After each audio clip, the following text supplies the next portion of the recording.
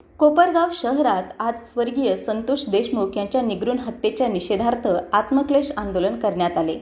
या आंदोलनाचे आयोजन सर्वपक्षीय सर्वधर्मीय नागरिकांच्या वतीने करण्यात आले आहे। आंदोलनाचे नेतृत्व भरत मोरे, अनिल गायकवाड आणि विनय भगत यांनी केले। त्यांनी प्रशासनाला ठाम शब्दात इशारा दिला की जोपर्यंत या हत्येच्या आरोपींना कठोर शिक्षा होत नाही तोपर्यंत हा लढा सुरूच राहील। सर्व पक्षीय व सर्व धर्मीय नागरिकांनी या आंदोलनात सहभाग घेतला। आंदोलन शांततेत पार पडले असले तरी संतप्त नागरिकांनी सरकार आणि प्रशासनाच्या भूमिकेवर तीव्र नाराजी व्यक्त केली।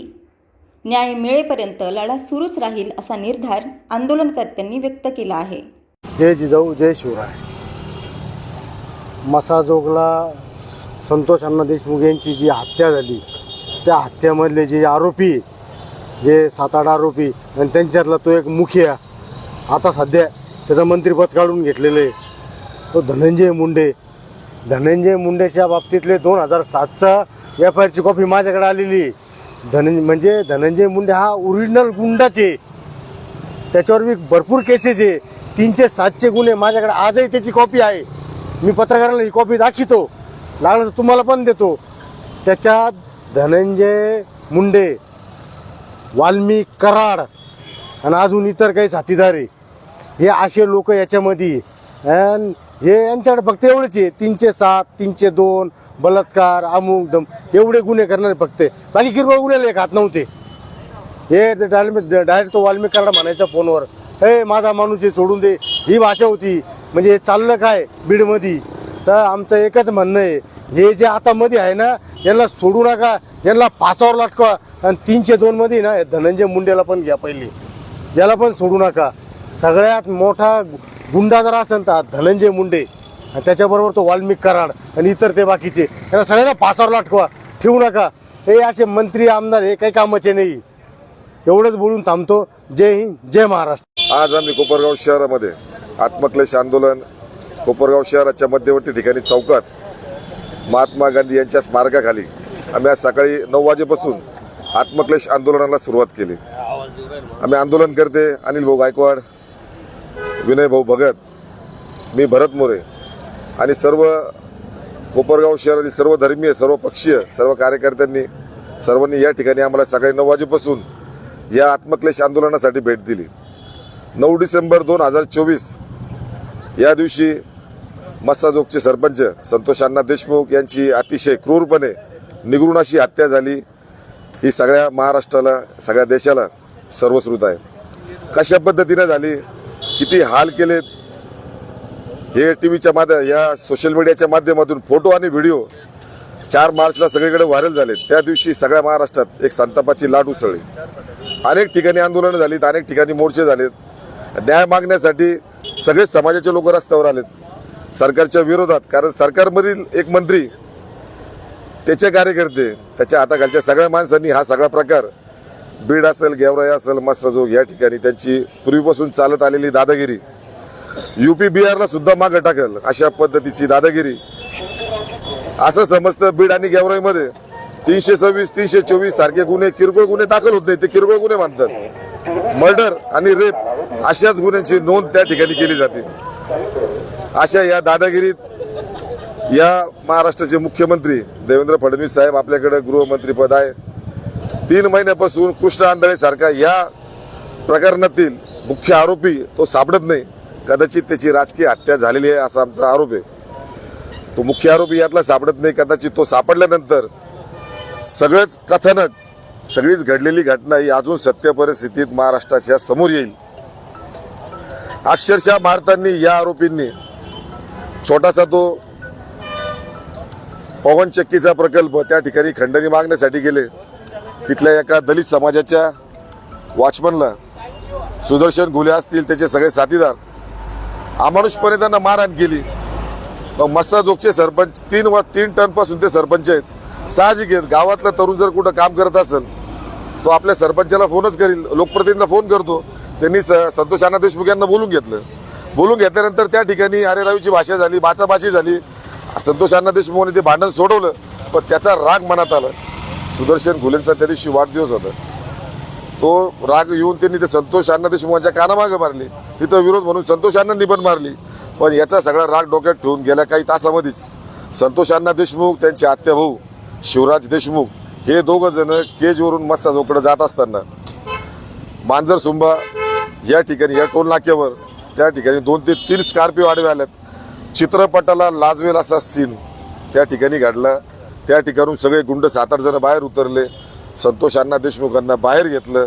त्यांना गॅस पाईप, काठी, गज, साखळी, कोयते या सगळ्या हत्यारांनी त्यांना मारलं. कदाचित त्या ठिकाणी त्यांना मारून टाकायचा बेत होता. त्यानंतर गाडीत घातलं, घेऊन गेले.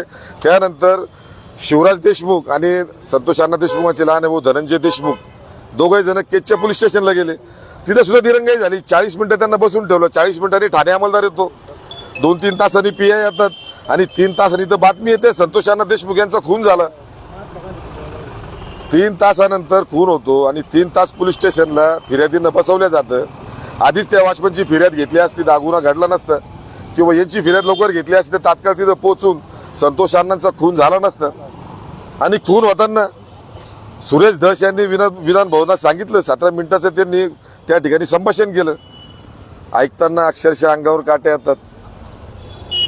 मी तर म्हणतो ज्यांच्या अंगावर काटा आला नसेल, हा अत्याचार ज्यांना हा अत्याचार समजत नसेल आणि ज्यांना संतोष देशमुख यांची हत्या पाहून ज्यांचं रक्त खवळलं नसेल, पित्त खवळलं नसेल, कदाचित मी विनंती करतो त्यांचा DNA चेक करावा. कदाचित ते माणसात आहेत का? इतकी अमानुषपणे त्यांची हत्या करण्यात आली. हत्या करत असताना संतोष अण्णा पाणी मागत होते, मला पाणी द्या, पण त्यांना पाणी सुद्धा दिलं नाही. त्यांच्या चेहऱ्यावर, त्यांच्या अंगावर त्यांनी लघवी केली. मनुष्य जातीला काळीमा फासणारा हा प्रकार घडला. त्याच्यानंतर माझ्या मुलीसाठी किमान मला जिवंत ठेवा. माझे हातपाय तोडले तरी चालतील, पण मला जिवंत ठेवा माझ्या मुलीसाठी आणि माझ्या मुलासाठी.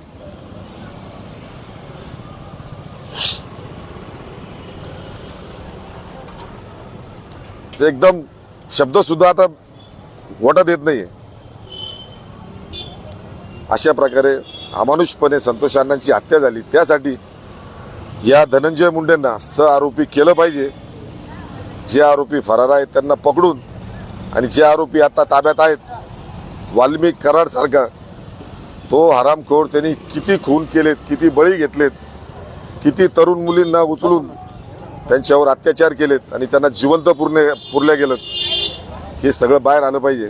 त्यासाठी यांना फास्ट ट्रॅक चालून यांच्याकडून सगळा सुगावा घेऊन यांना त्वरित फाशी दिली पाहिजे. आणि विनंती, आमचा आत्मक्लेश आंदोलनाचा हेतूच आहे धनंजय मुंडेंना आरोपी करावं. आरोपी केल्यानंतर त्यांची आमदारकी जाईल आणि त्यांना उमेदवारी पक्षाने देऊ नये.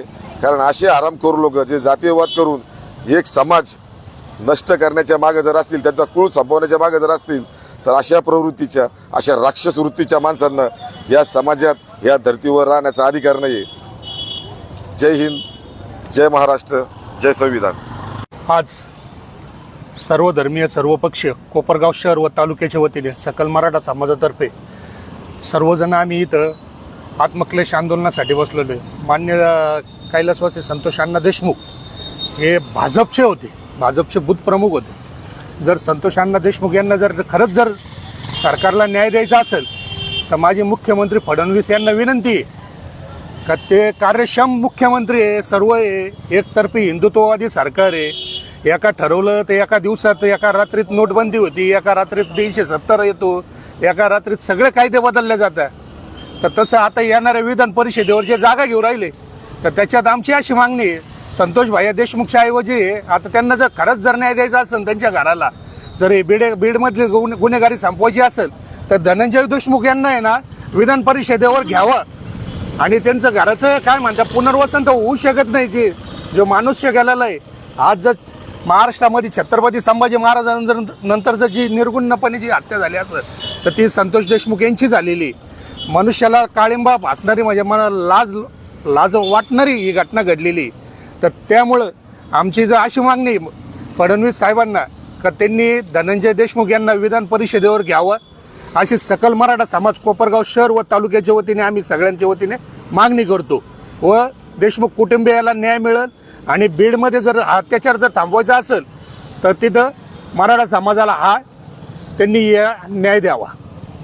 कोपरगाव येथे सकल मराठा समाजातर्फे व सर्व पक्षीय सर्वधर्मीय आत्मक्लेश आंदोलन सुरू करण्यात आलेले आहे.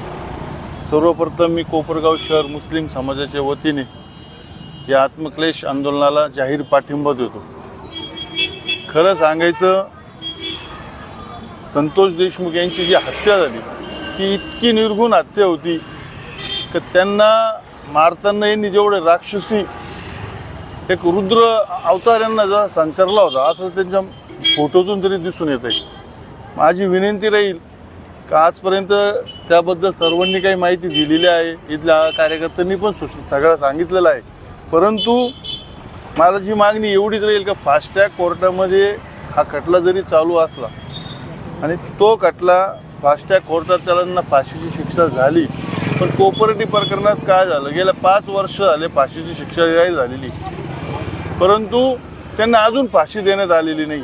तर फास्ट ट्रॅक कोर्टात फक्त खटला चालून फाशीची शिक्षा फक्त जाहीर न करता फाशीची शिक्षा सुद्धा ही फास्ट ट्रॅक प्रमाणे झाली पाहिजे.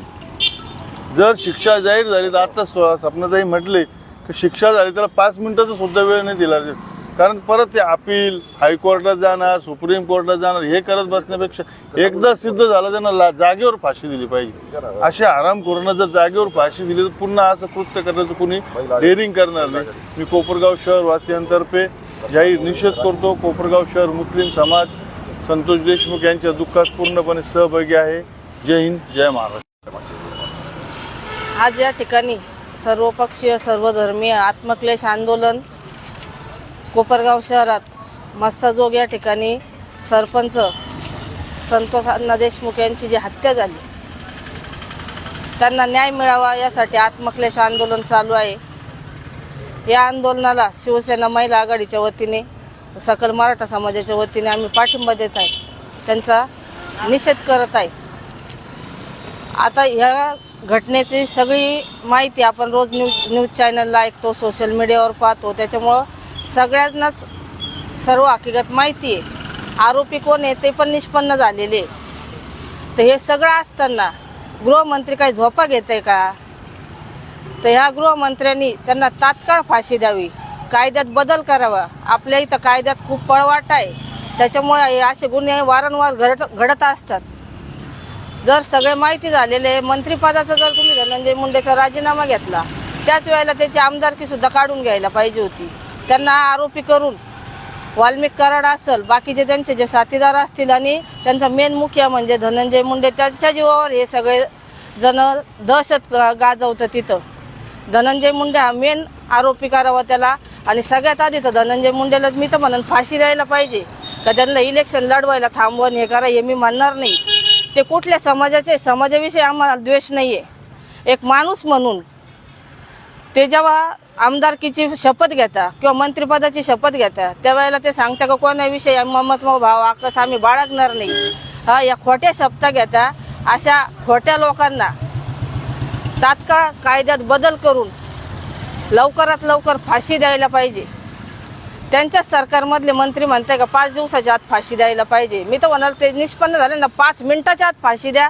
परत असं गुन्हा करायची कोणी हिंमत करणार नाही. या सर्व घटनेचा आम्ही जाहीर निषेध करतो. धन्यवाद. जय हिंद, जय महाराष्ट्र.